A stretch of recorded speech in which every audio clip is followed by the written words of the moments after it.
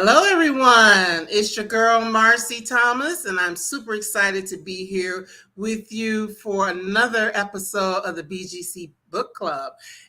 As always, we're here generally on Monday nights talking about great books by awesome Black women writers, and I am super excited for tonight's special guest, who I found out is the favorite author of some of my favorite authors. So I think that's really exciting to have her here with us and be able to get into her latest novel. So come on in the room as always. If you don't mind, drop in the comments where you're joining us from, if you'd like, and just so we can know who all is here. And in a couple moments, we'll go ahead and get started.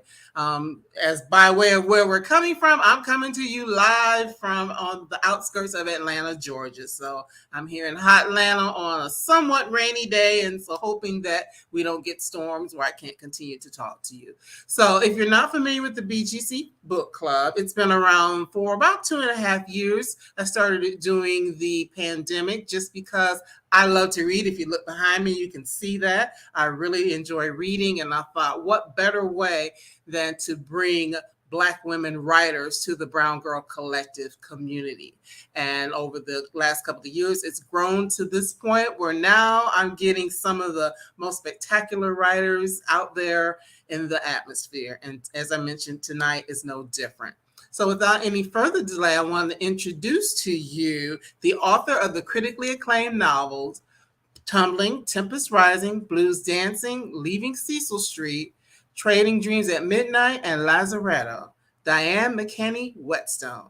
She is the recipient of numerous awards, including the American Library Association's Black Caucus Literary Award for Fiction, which she has actually won twice. She has been a contributor to Essence Magazine, and her work has appeared in Philadelphia Magazine and The Atlantic. She is a past lecturer at the University of Pennsylvania and lives in Philadelphia with her husband, Greg. Without any further delay, to talk about Arjun, Diane McKinney-Whetstone. Welcome. Hi, Marcy. Wonderful to be with you. Yes. Thanks for having me.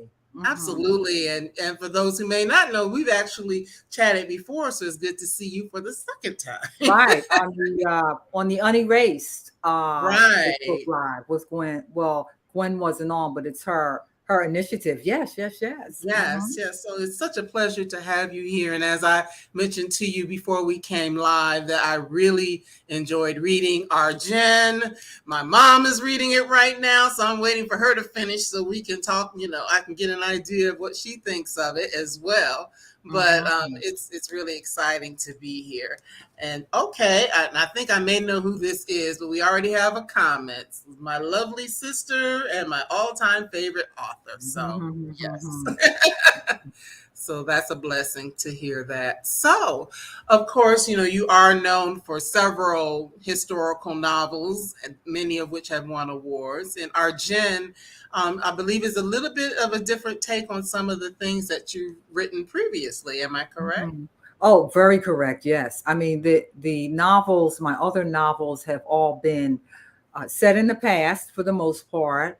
And they've all just, they've dealt with Lazaretto was about a quarantine facility outside of Philadelphia. And the novel opens where, a young woman is coming to a midwife. She's been impregnated by her white employer. And I mean, it gets darker from there.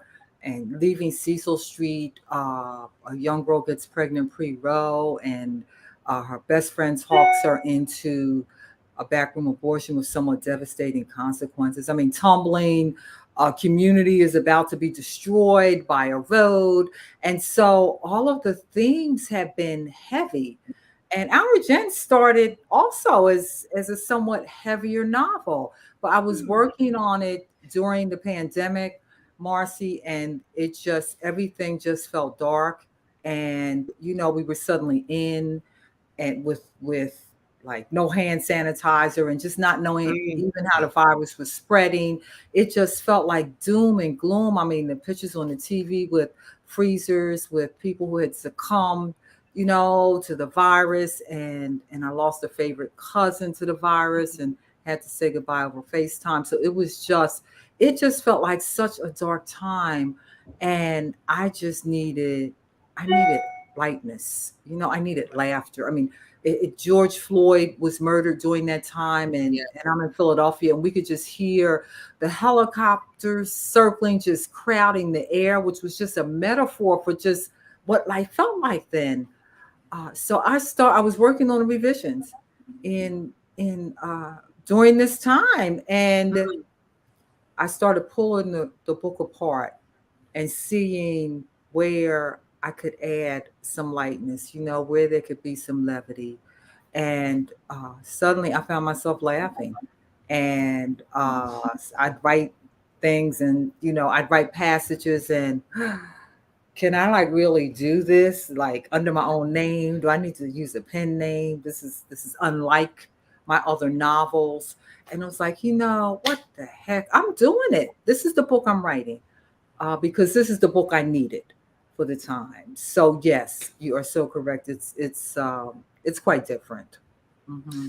It's so enjoyable. As I was, telling you, I really loved reading it, getting into the characters, all of which there's four main characters. They're all, well developed. I felt like I got to know them and reading about them and learning how they got to where they are and some of the things that they were challenged with at the time. So I really could appreciate the story.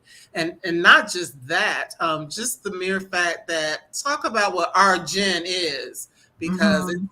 it's a certain group of people that we don't always necessarily see featured in novels. Absolutely.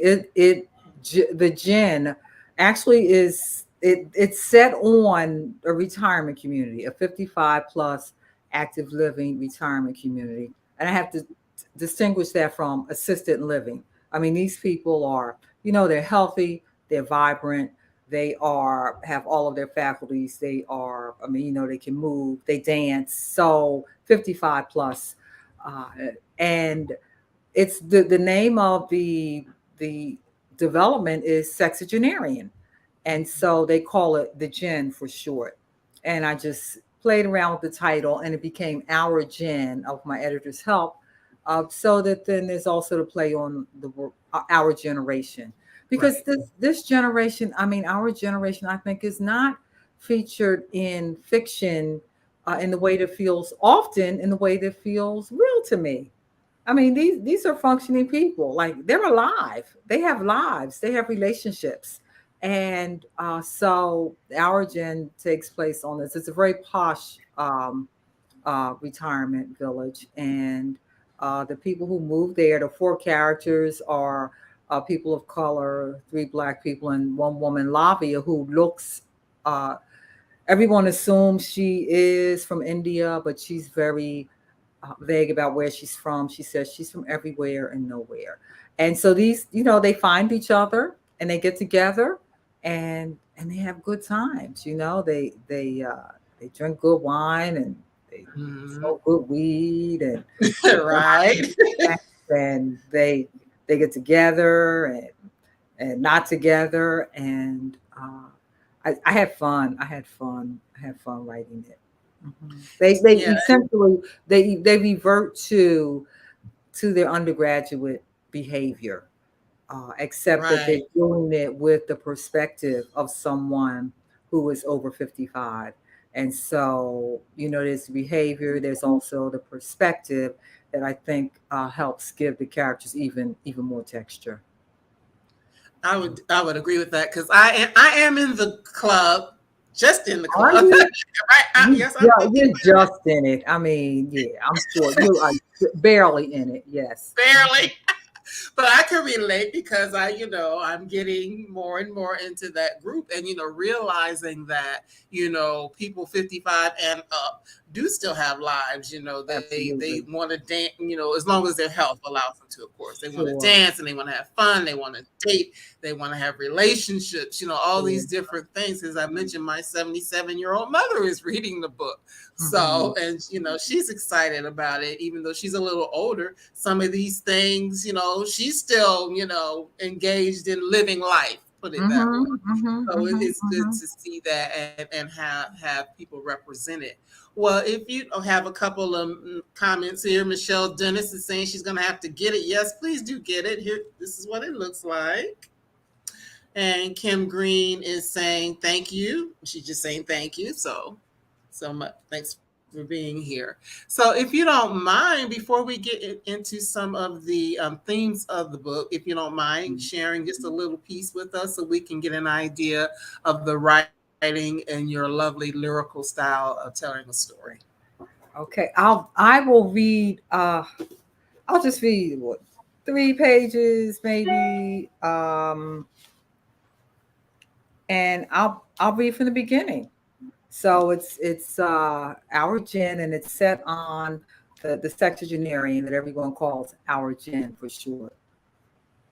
The cottages at the gin pushed up from the earth like new life coming, with their one floor open concept designs and skylights where the ceiling should be, and walls of windows, the better to view the trees through. The trees were everything. None of those pale green saplings typical of new housing complexes here. Here, the builders set down mature specimens, still fine though, with voluptuous, curvy trunks and jazzy tilts like swagger leans earned by bending but not breaking during the storm. The trees gave the development a timeless feel, as if they'd always been here and always would be, and timelessness suited the Gen's target market, who thought themselves like the trees, heirlooms, still looking good, still sporting their own curves and swagger, still budding and unfurling and rocking steady, supported by massive roots that they hoped would hide their past, their secrets. The roots tried, but these people had done some things.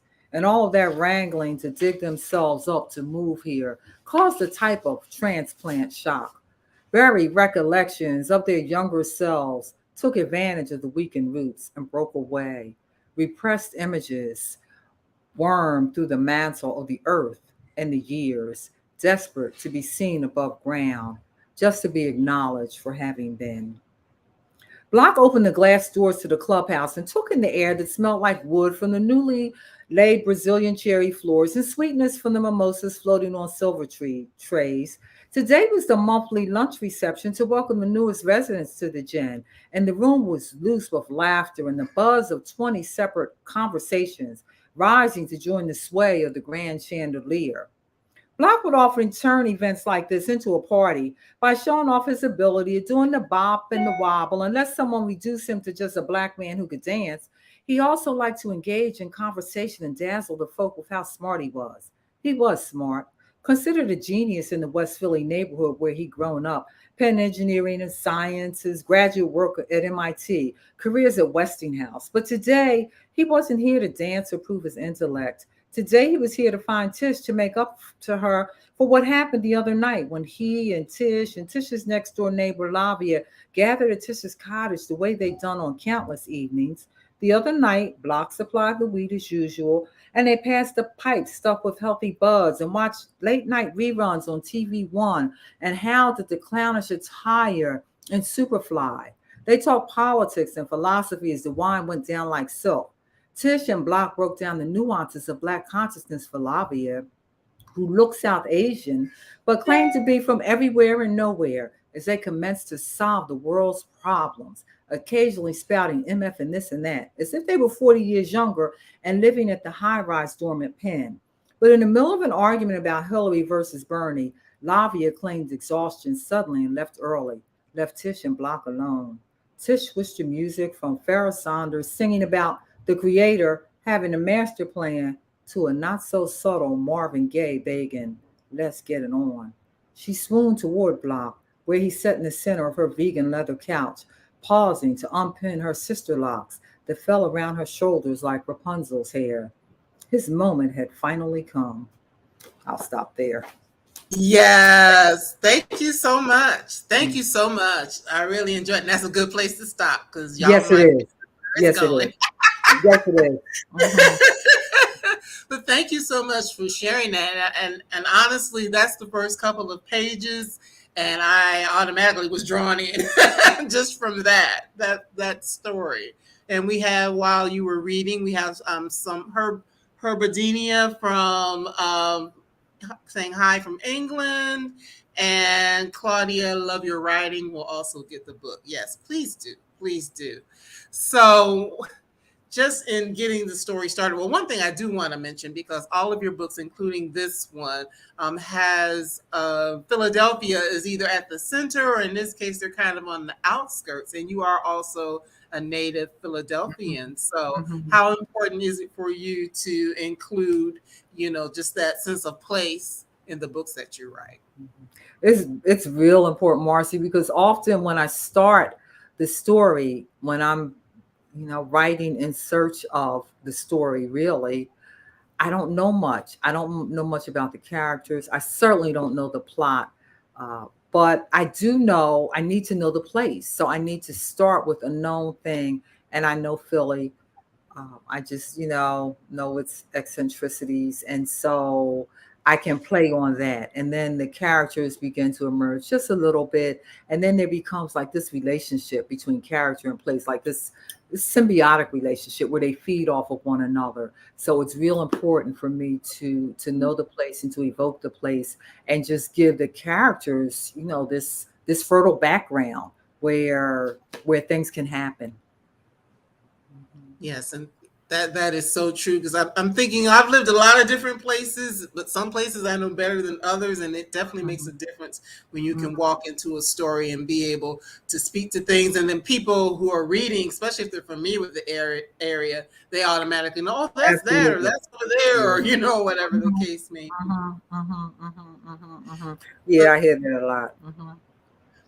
But in this particular story, even though she's not in the snippet that you read, one of the main characters of the four is Cynthia, who is doing something that a lot of people, as they get older, finding themselves having to do for a variety of reasons, and that is a relocation, a major change. Mhm, mhm. So, in that, how was it in developing her that her making this change became an important part of who she was as a character? Mhm. Well, very much because, paradoxically, when she moves from her known place, this house, she's lived in her house for 30 plus years. I mean, she raised her son there. It's near Penn. I mean, an area that I know well, 3-story mansion sized house. And she loves it. Paradoxically, when she moves from her house and from her neighborhood, she starts remembering things, memories that had been Mm. just repressed for years in this new place. But she loves her house, and she fell down her steps. She she developed vertigo and had been treated for vertigo. Fell down her steps, landed, at the bottom of the staircase, was unconscious, really almost died. Her son found Right. her, and he had been telling her for a while that, Mom, this house is too large. You need to move. Look, this carbon footprint. You can get 7 figures for this house. It's so close to Penn, and it's large. Put in a new kitchen, and you have a gold mine here. But she didn't want to leave her house. Once she fell down the steps, he had a point. She would just yeah him. Now he had a point, and he said, Hmm. "Can you imagine how I felt to find you? I thought I'd lost you." And like makes this Right. emotional appeal. So she moves, and very difficult for her to move because she thought she'd be in her house forever, but she needs to be someplace where there is one floor and one-story living, as it were. And he took her to see the gin, and he fell in love with the place much more than she did. She was Right. kind of moved, yes, ultimately, by the state. I mean, the place was just wonderfully staged, as you can imagine. Those new housing developments are, but the Right. washroom. Yes, the washroom had like 60s kinds of things. I mean, things people who came up in the 60s and 70s. It even had the faint aroma of marijuana and posters from like back in the day, make love, not war, those kinds of posters. And she realized that, oh, this staging is over the top. What do they think? But yet it worked on her in a subliminal way, and she ended up moving there. Mhm. Right. I just wanted to share one of the comments from Michelle that saying that when I turned 60, I said I'm a sexagenarian because it sounded better than I'm a senior citizen. Right. Absolutely. Absolutely. And the thing is, when people would ask Yes. the title and I'd say, well, it's the name of the place is Sexagenarian. And for a minute, I think the word sex would get stuck in, the mental ditch until Right. people realize, oh, right, that just means 60. So, yes. And that's why the people who live there kind of shorten it to the gen, just so that they don't get that reaction, Mhm. like, where you live, where? Right. So, Right. mhm. And what I live the sex is like, what's going on in there? Even though we Exactly. know that Exactly. oftentimes we hear the stories that, Mhm. people of a certain age are having a good time. Sure. Whether Sure. they're divorced or widowed or whatever the case may be, that, they are living their lives, their best lives, and, still Mhm. actively, sexual beings. And so Mhm. that Mhm. is a part of Mhm. the story. If you could kind of read into where we were going with the excerpt that was read, that, Mhm. that is a part of it, showing that people of a certain age are still, looking for love, looking for connection, looking to have Sure. sexual Sure. relationships. And that Sure. is, a Sure. part of who we are as Mhm. long as we're able. Mhm. Mhm. Mhm. Mhm. Mhm. Mhm. Mhm. For sure. Yeah, absolutely. Absolutely. Yes. Yes. I mean, they're having, they are, as you said, they're living their best lives. And even as these memories from long ago start to work their way into their consciousness, they're living their best lives. Hmm. Yeah. But in terms of that, just thinking of memory, I think that, a lot of times people may start to look back, if it's something that maybe in the case of these characters, they all have things that have kind of been with them since they were young. And I guess being in this environment that is kind of like being back on a college campus where you don't have to go to work, you don't have the Mhm. responsibility of taking care of children every day. You can kind of just plan your day and, hang out and drink wine and smoke weed and, do whatever it is. Mhm. That it Mhm. is a reversion of sorts, which I can understand why that would, have them starting to think back, well, what about when this happened to me and how it Sure. impacted my life? Sure. Absolutely. Yeah, and just memory is just real important in all of my writing because I think that's how we live. We are uh it's hard to like be constantly in the moment of where we are. I mean, mindfulness tells us this is what we need to do. That's very difficult to do. So I think that we on some levels we're living simultaneously, like here where we are now, we're 10 minutes from here, what's going to happen, we're tomorrow, we're 5 minutes ago, we're 10 years ago, we're 30 years ago, like all in the span of seconds. So the characters they have vivid memories. I mean, they're moving forward, of course, but they've lived some and they've done some things. I mean, they have done some things that are coming to the fore throughout the course of the novel, and they're trying to repress them. And of course, the things that we try to repress are the things that like fight harder to come to the surface. And so a lot of the struggle in the novel is the just this internal struggle within the characters, just to hold their past at bay, to like listen to some music and dance and just try to keep the past out of the way. The past is not, it will have its say. And it certainly does with these characters. It most definitely does. Just thinking, kind of shifting to Block, who we mentioned in the introduction. He is the one male character in the Mhm, story that's mhm, featured. And, just looking at him and the things that he went through, mhm, as well, because a lot of times, well, without giving away too much, each one of these characters has dealt with something traumatic from their younger days. And Mm-hmm. oftentimes when not that men don't experience trauma, but many times it's something that it's not, speak to that. So in Mm-hmm. writing him specifically, how important did you feel that it was to include a male character who is dealing with some issues that, played out throughout his life in a variety of ways? Yeah, it was real important.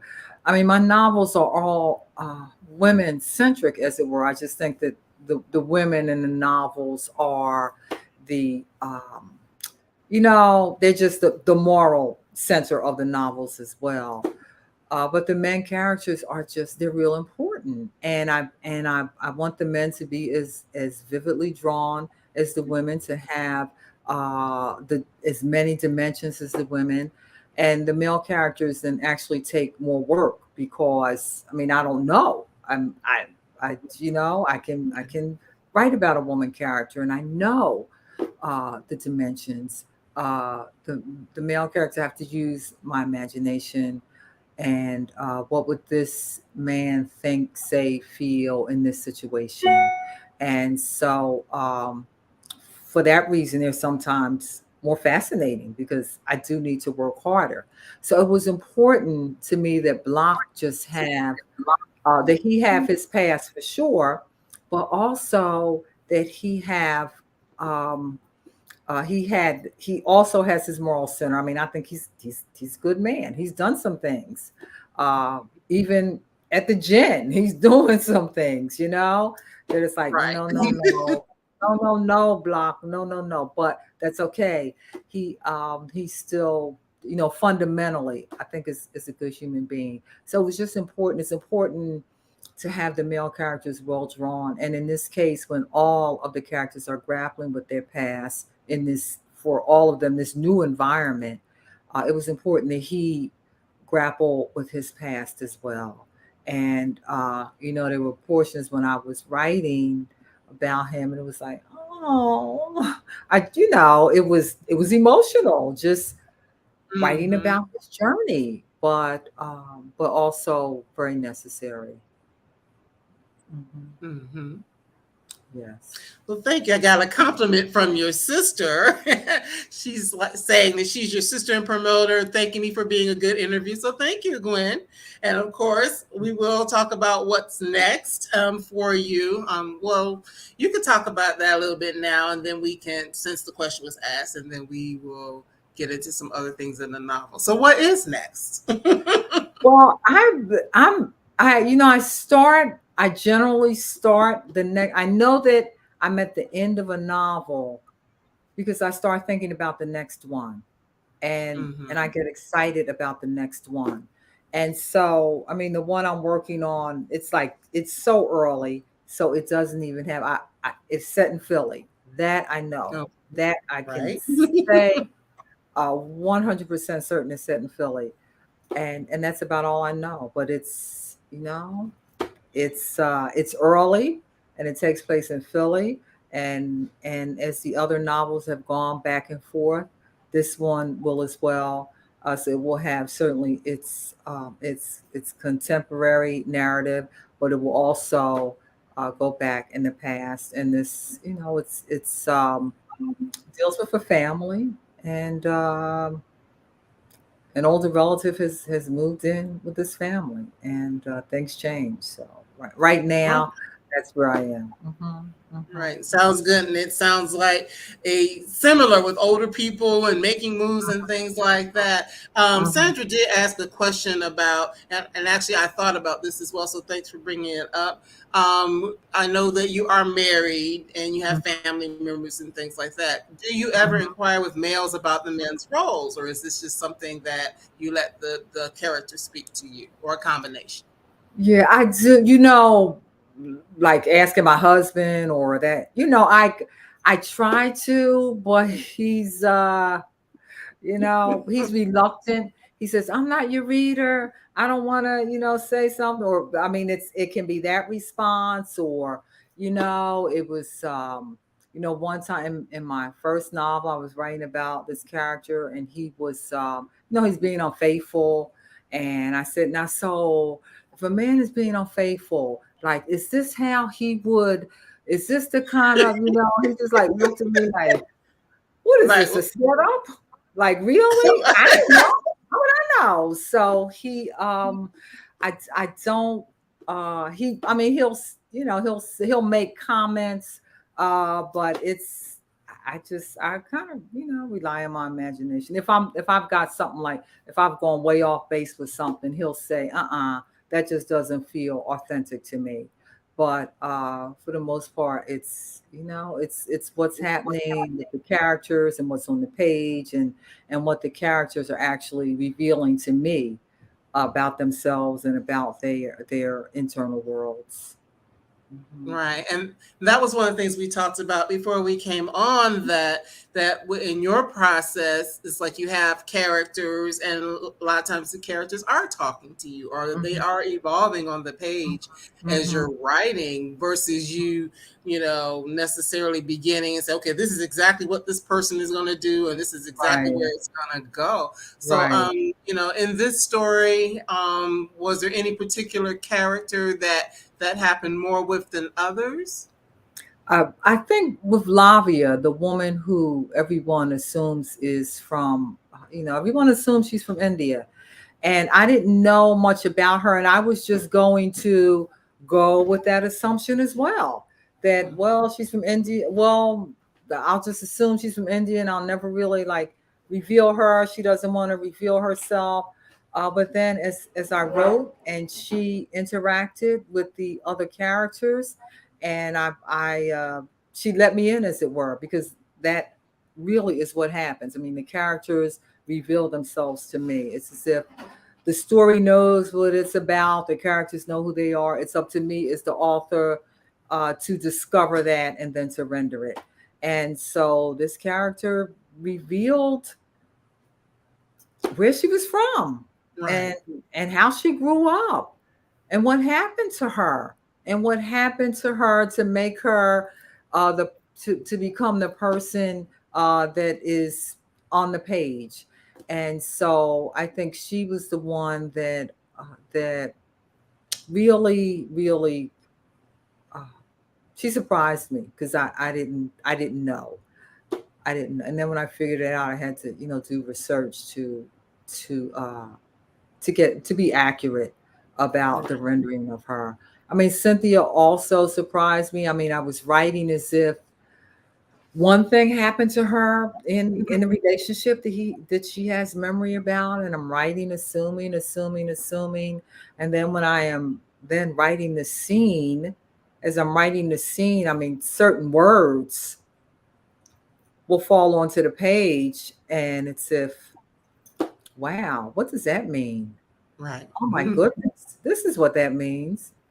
It means what I thought was wrong. No, that's not. I'm writing towards something that hasn't happened. And then I realized what happened. So then I have to rewrite to smooth it out so that it's not so jarring for the reader. But that happens often.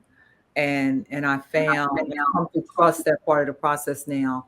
It's because that part of the process really is where I think the strongest writing happens, when I'm surprised about something, when I'm not so this like authorial stamp on things. Mhm. This is the way it is. This is the story I'm writing. This is the plot. This will happen A, B, C.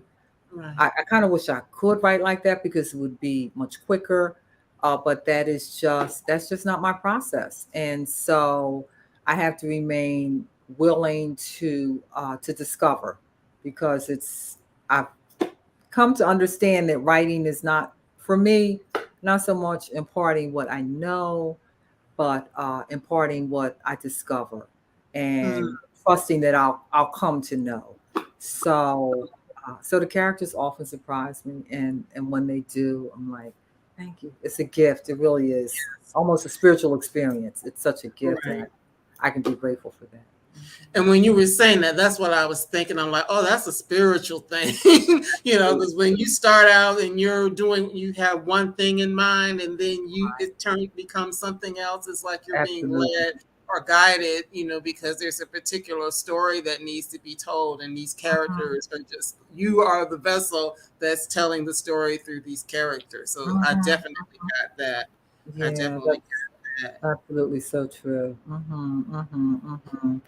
Let's see. And your sister has a question for all. Speaking as an author, can you reflect on how the publishing world has changed since tumbling, especially from the perspective as a Black woman? Oh my goodness. I mean, like every industry, it's the publishing industry has changed as well. And as when Tumbling was published in 1996, and there was just an explosion, like this wonderful explosion of Black voices, Black women writing Mm, and being published, and being well paid for their time and effort. And it's very cyclical. So then our numbers were down and they're up, and right. so it's a bit of a roller coaster. So I've certainly seen those changes. I think that there's now an effort to change more. I mean, beyond just the voices being published, but the people green lighting the voices being published, Mm, and so that I think that there has been a concerted effort to try to have Black people, Black women in positions, in roles where they can make decisions about who's being published and to what degree. It's changed. Our world has changed, and the way we yes, communicate has changed. yes. So certainly, the way books are promoted has changed. I mean, when Tumbling came out, I was on like a 20 city tour. And Wow. Yes. yeah, I was all over the place. A city a day. And then, each city, there were a multitude of bookstores to go to and media dedicated to books. But it's like now, I mean, if a city has a big library, Right. uh, the author is more likely to be sent there. But there aren't like the proliferation of bookstores that there once were. And so, I mean, that's certainly changed. I mean, everything, we've done, particularly throughout the pandemic, so much virtually. And so a lot of what I'm doing now, talking about as I'm here having this wonderful Right. conversation with you, Marcy, right? Mhm. That now this is becoming more the norm. So I am now more likely to plug in and talk to audiences via a screen than I am to get on a plane and go somewhere. And so, in that sense, I mean, there's the possibility to reach many more people. It does take away the face-to-face contact. Right. Had an event at the Philadelphia Library last week, and even given the pandemic and the heat wave, there were a lot of people there. Oh, okay. Well, So that's a that blessing. was, yes, it was wonderful to have, like, the direct contact with readers, because so much of the writing is done, most of the writing is done in isolation. And so then and there's not an immediate response. I mean, there is, I turn a book in and it's a year before it's published. So it's a year before I'm really getting reaction to the work. So it's nice to have the one-on-one contact, but that has also certainly changed, just because that's the way we communicate has Right. changed. Right. I read TikTok now uh, creates more bestsellers than Interesting. the traditional channels of book tours and book talks, and that TikTok, people talking about a book on TikTok, has created more. There was a piece in the Times, and so I'm not going to try to quote the statistics because I'll misquote, but many more bestsellers are being created by TikTok than That's the interesting. traditional. Yes, so So that it's such a short it's such a short window, but I guess it's just enough to like put it in your face, and then people go, oh, that looks interesting. So I was Exactly. surprised to hear that. What? Exactly. Yeah. So it's changed. I mean, it's publishing has changed. The world has changed. I think the changes in publishing just reflect the changes in the way we now communicate. Mhm. Right. Well, we Yeah. have another comment and then a question. Well, Tumbling is an awesome book. We know that. We have that comment from Claudia. And then this is a comment as well, because this is a theme that is in our agenda as well, actually. One of the things I love and admire most in your stories is your ability and willingness to examine the issue of mental health in the African American community. And actually, Mhm. that happens in this book as well. It does, yeah. That's important because I think that we just, and I don't want to generalize or stereotype, black people. I know many black people who are aware of their mental health and seek treatment just as if they would if they had diabetes or some other ailment. But I think that often it's like, well, pray. I mean, and prayer, I would never diminish the power of, I Right. believe in the power of prayer. But Yes. if I had a broken leg, and went to church and just prayed about my broken leg, I mean, at Mhm. some point, I need to go and get a cast, Right. for my leg to heal.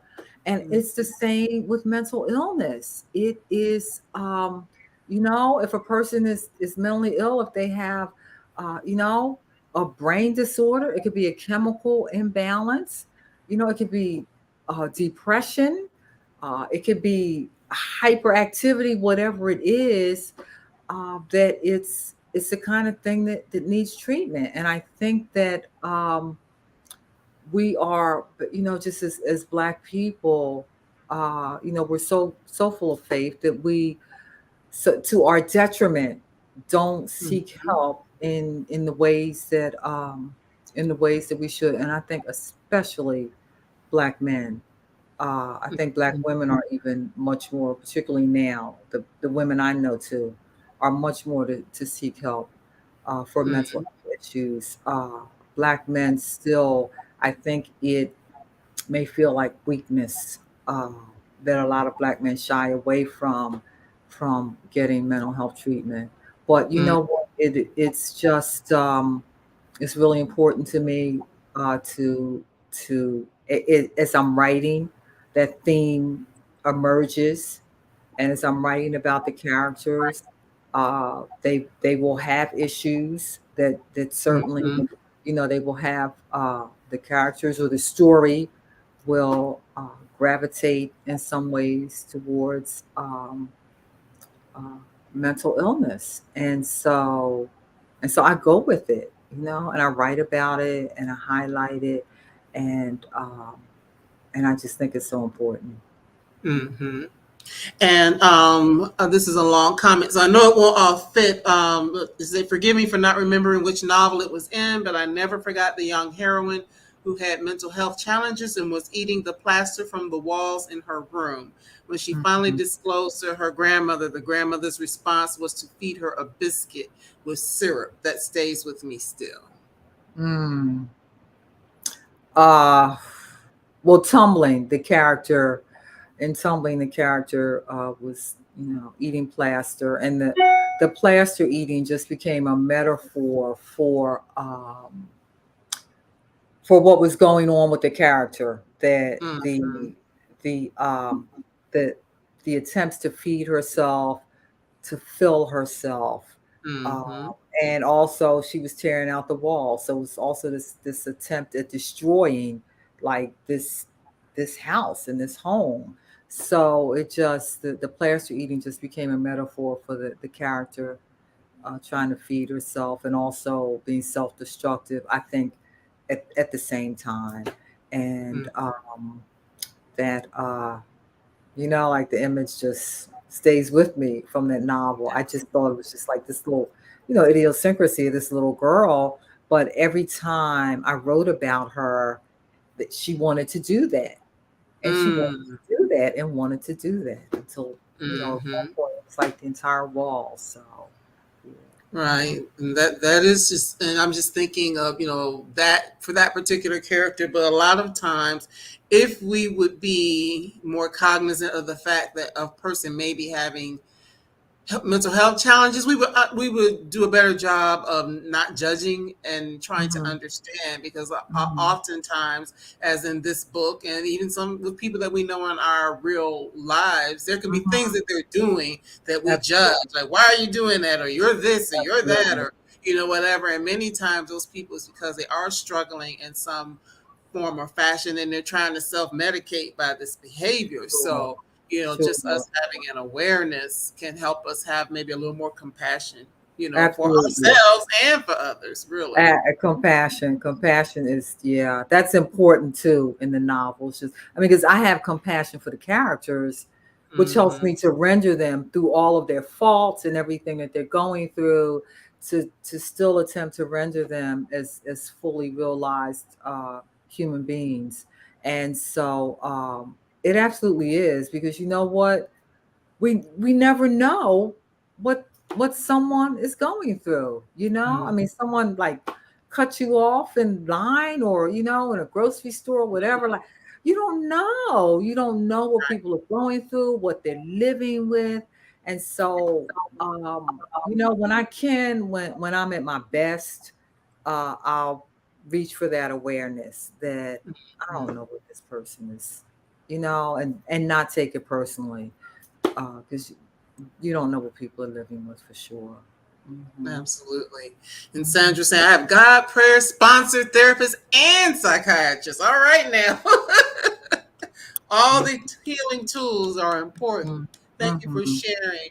I have another question here from Jessica. She is asking, what does your process look like and how long does it typically take? Because I know in the past you used to get up at 4:30 and do Hmm. your writing. Are you still Hmm. doing that, or have things kind of changed since then? Yeah, I still get up early to write, just because I feel like that is when I am. My thinking is just so clear. It first thing in the morning, and there's just something about the quiet, and I like to be the first one, like in the room where my desk is, because I don't want anybody else to disrupt what could be going on in the air that will help me write. That's my no, my really only, I think, idiosyncrasy as a writer. But I like to get up really early, and it's because this is what I'm committed to. And I Right. feel as though, like, early, like, 5:30, my muse is there.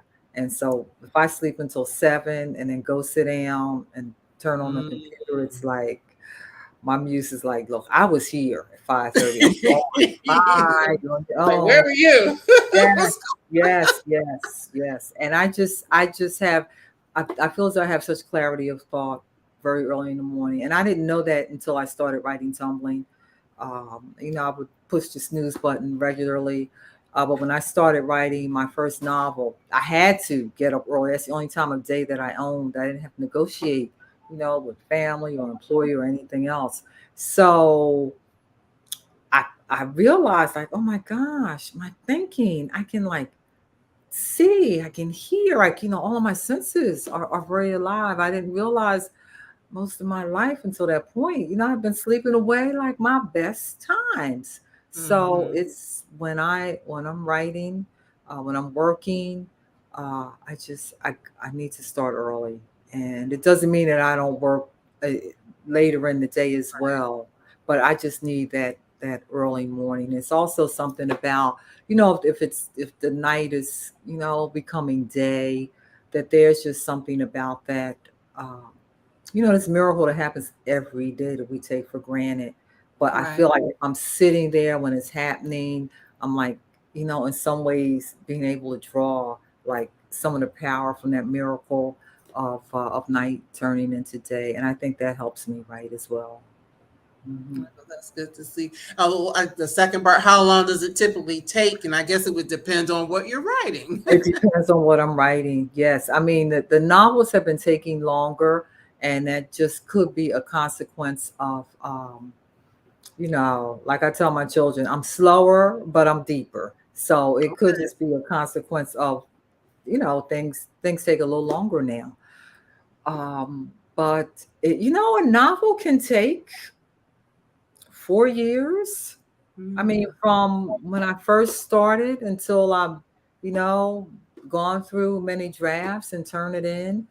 Tumbling took 2.5 years, and I think Tempest Rising maybe took 2 years, but the last couple have taken longer, and which is why I try not to know what the book will be about ultimately, because um, how do you know what you'll know 3 years from now? You don't. That's And true. so I have to leave myself always open for discovery, always to learn something that might change the course of the story. Right. Mhm.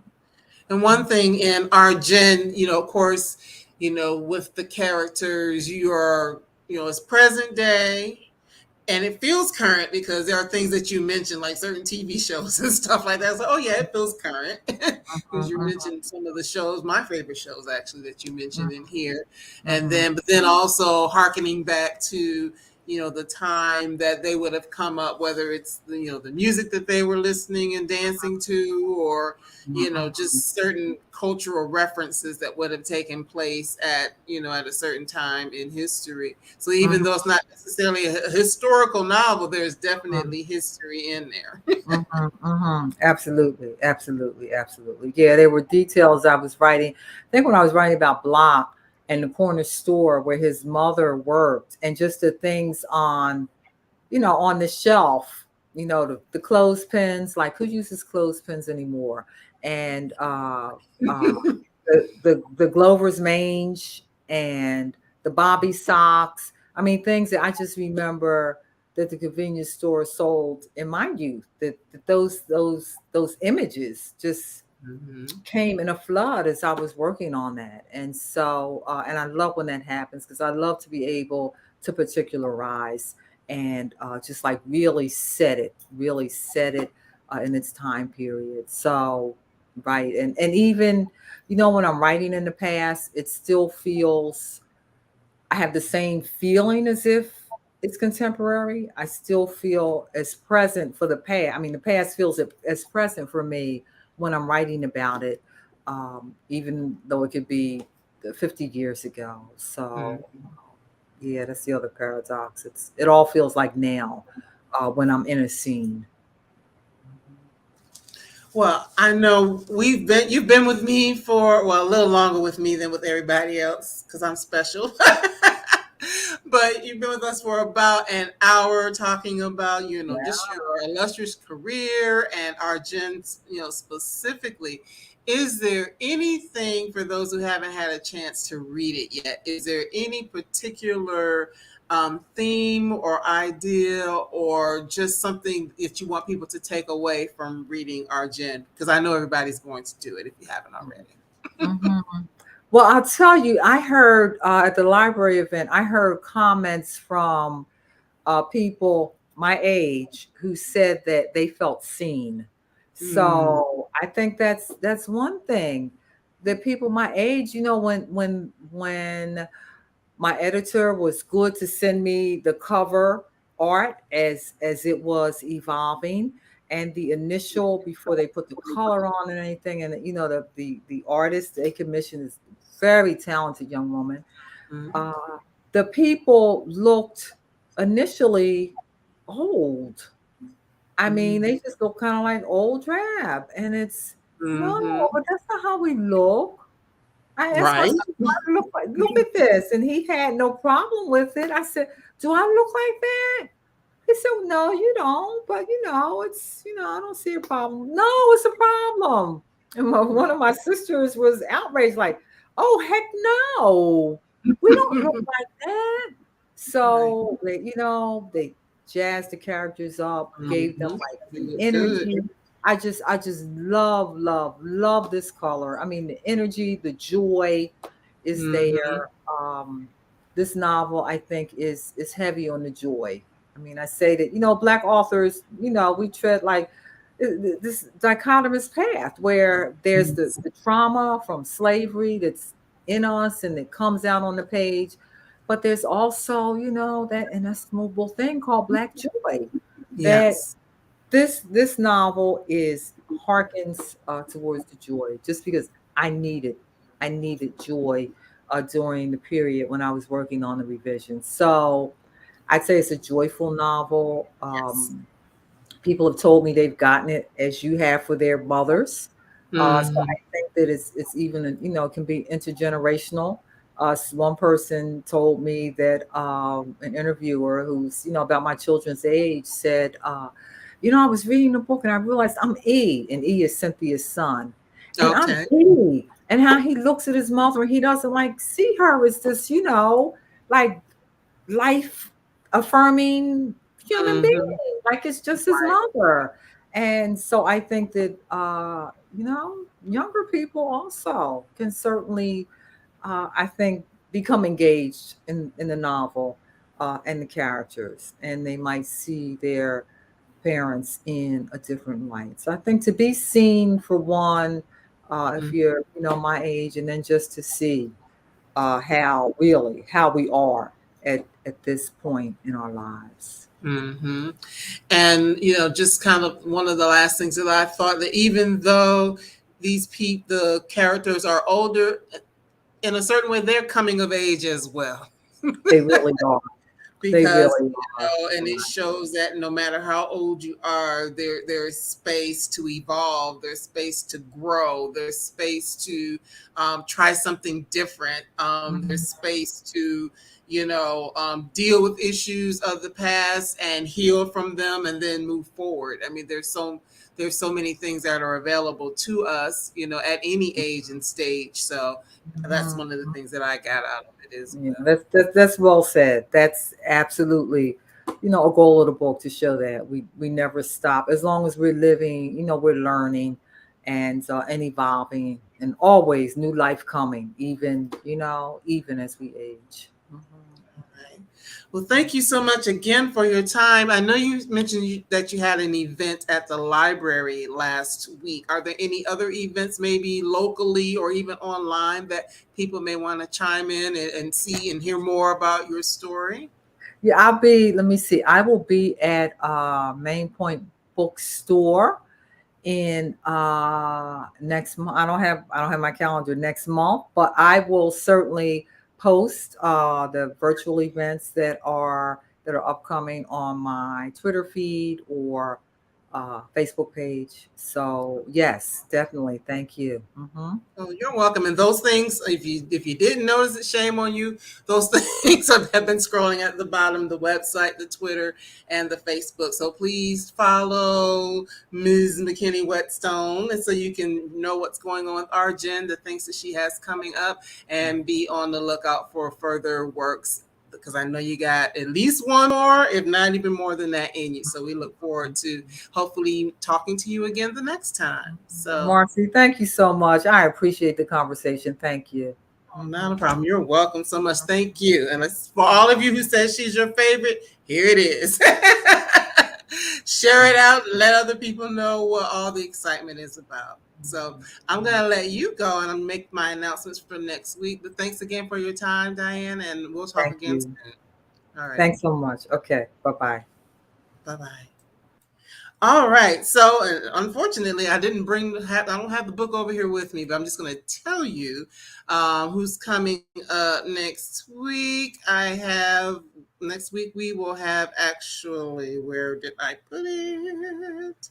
We will have Kimberla Lawson Roby on next week to talk on, and actually it'll be Tuesday at 7. So the time is going to be a little bit different next week.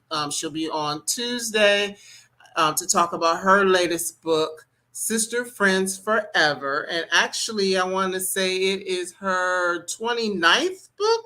So yes, she's been in the business for quite a while, and we're looking forward to talking to Kimberly Lawson Roby next week. And then 2 weeks after that, we will have a debut author with us, Courtney Duke Foster, whose new book is Passing Notes. So be on the lookout for those. And actually, there is one other thing that's coming that I'm just waiting to get a final detail on that I'll share that will be happening next week, a surprise guest. So looking forward to that greatly. And as always, I thank everyone for joining us for the BGC Book Club. If this is your first time, thank you so much. I hope you'll come again. And if you've been here before, keep on coming back and sharing it with your friends, because we love talking about those books that are by, for, and about us. So have a good one, and we'll see you next week. Bye-bye.